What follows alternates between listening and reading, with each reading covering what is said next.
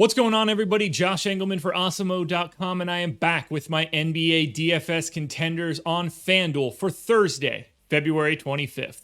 Be sure to hit that like button, subscribe to the channel, and hit the notification bell so you know when this and all of our other content goes live. Follow me on Twitter at Josh Engleman so you can get updates to these sim results as we get closer to lock. I'll be on live before lock tonight. 7 p.m. Eastern time is lock, so I will be on at about 6. Keep your eyes peeled in that 5:30 to 6 o'clock range. Finally, let me know in the comments section who are your favorite options on FanDuel for tonight's slate. A slate with very little value, at least as of right now. We've got Zion, Jokic, De'Aaron Fox, Will Barton, and Joel Embiid on the outside looking in. Who will be the favorites for today? It's time to find out.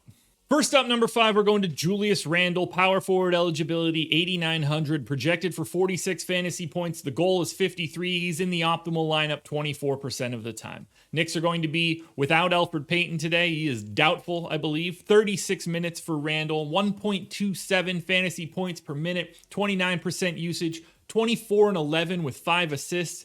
I actually think it might hurt Randle to have Payton out, depending on who moves into the starting lineup. But even still, on a day like today against Sacramento, a defense that isn't really something you should be worried about, pace neutral matchup, oddly enough, for the Knicks, only gaining 0.8 possessions.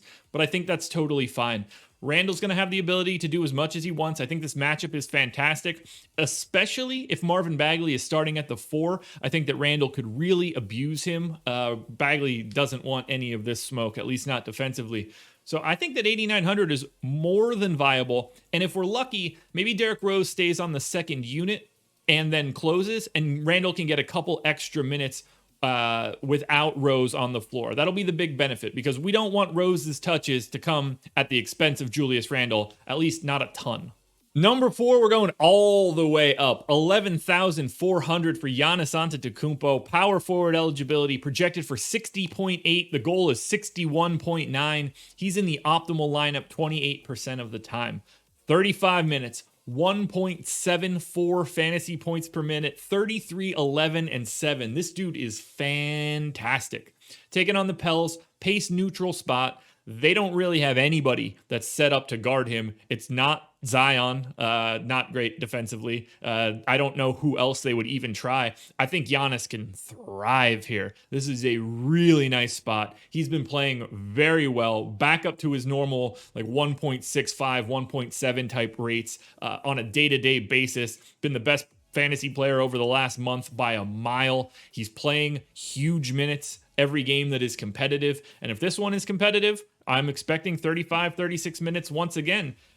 If the best player in the world from a fantasy perspective is going to play 36 minutes, I'm pretty much going to be interested no matter what, especially on a 6-game slate where raw points will matter even more than they normally do. This is why we don't have much value on the slate right now. Shooting guard eligibility 4K for Seth Curry. This one's not fun. 23 points, goal is 36. He's in the optimal lineup though 30% of the time.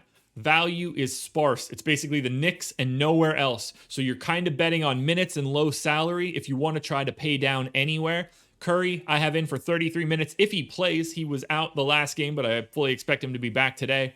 0.7 FanDuel points per minute. Not great. 15 points, 2 boards, 2 assists. Pace down-ish spot against Dallas. No part of this is fun, but we don't really have options 4,500 or below that we could expect to play 30 minutes. Maybe we'll see some value open up throughout the day. It generally does. But right now, it's a tricky spot. And I think Seth Curry's availability and the minutes that he generally plays are really the only place you can squeeze some value out. 4K, not a bad price tag, particularly at a shooting guard spot that is not really easy to fill at the bottom. Going right back to it, number 2, Michael Porter Jr., small forward eligibility, 5,700, projected for 32, goal is 42, optimal lineup 35% of the time. I have him in for 30 minutes. He played monstrous minutes the last time out, 37, 38, something in that neighborhood. He has the ability to play a ton. He's just been shooting a little bit less. I still have him projected for 1.07 fantasy points per minute. That's fine. 16 points, 8 boards, fine. Not doing too much else otherwise, but I think the minutes are going to be steady. But here's the big piece. They're taking on the Washington Wizards.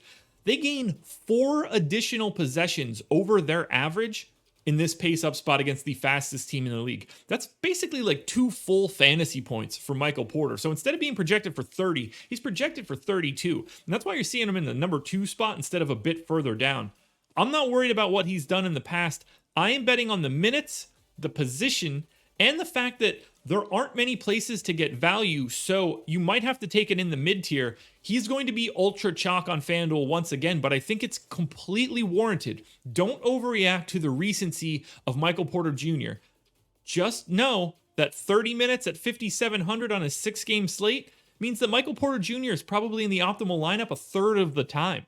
Now, before we get to number one last reminder, hit that like button. You guys know how I love those likes. Subscribe to the channel. Hit the notification bell so you know when everything goes live. Follow me on Twitter at Josh Engleman. That's the best thing that you can do. Where else are you going to get the updates? The answer is nowhere. And finally, let me know again in that comment section, who are your favorite options today? I want to know what you're liking on FanDuel. Let me know who's your favorite contender out of my top 10. Who's your least favorite contender out of my top 10? Let me know in the comment section. Whether he starts or not, I don't think this one's going to matter all that much, but I'm assuming that he's at least sniffing the starting lineup. Immanuel Quickley, shooting guard eligibility, 4,600, projected for 30, goals 38, optimal lineup, almost 50% of the time, 47% in fact. I'm giving him 28 minutes right now because it's a little bit up in the air. But as you can see, at 28 minutes, Quickley is the clear-cut best play on the slate relative to salary. 1.08 fantasy points per minute. Pace neutral spot against Sacramento, but much like Julius Randle, the Sacramento defense isn't ready for it. 26% usage, 18 points, 4 assists, 4 boards. Nothing too crazy, but filling in for Elfrid Payton. I'm assuming that he moves into the starting lineup. They keep Derrick Rose off the bench. He runs to the second unit, and then Derrick Rose closes. That's the expectation. Doesn't have to be like that, but I assume Quickley is getting these minutes one way or the other. If he does get named the starter, I think that I could actually go up to 30 on Quickley. He'll look even better. He's going to be aggressive chalk. As of right now, he's the first guy you're putting into any cash lineup. There's not enough value on the slate to be found anywhere else, and that's why you see, Quickley is 17% more likely to be in the optimal lineup than Seth Curry at 3. And that's a guy that's slightly priced below him at the same position. He's on a different planet completely today. It's not that I don't like Derrick Rose. You'll hear a little bit about him in the DraftKings video, but Rose is already priced up on FanDuel. So Quickley, Immanuel Quickley, is the number 1 contender today, and it is not even close. Alrighty, folks, that will do it. Those are my NBA DFS contenders on FanDuel for Thursday, February 25th. I'm on the strategy show. I have the process show today. Contenders for FanDuel, contenders for DraftKings, if you find that link somewhere around here. And then live before lock tonight from 6 to 7:30, where we do an extra half hour for Jock Market. I'm on everything today. You can't get rid of me. It's Thursdays with Josh. You cannot beat that at all. Good luck tonight, everybody. We'll be back again tomorrow to close out the week with another edition of the Contenders.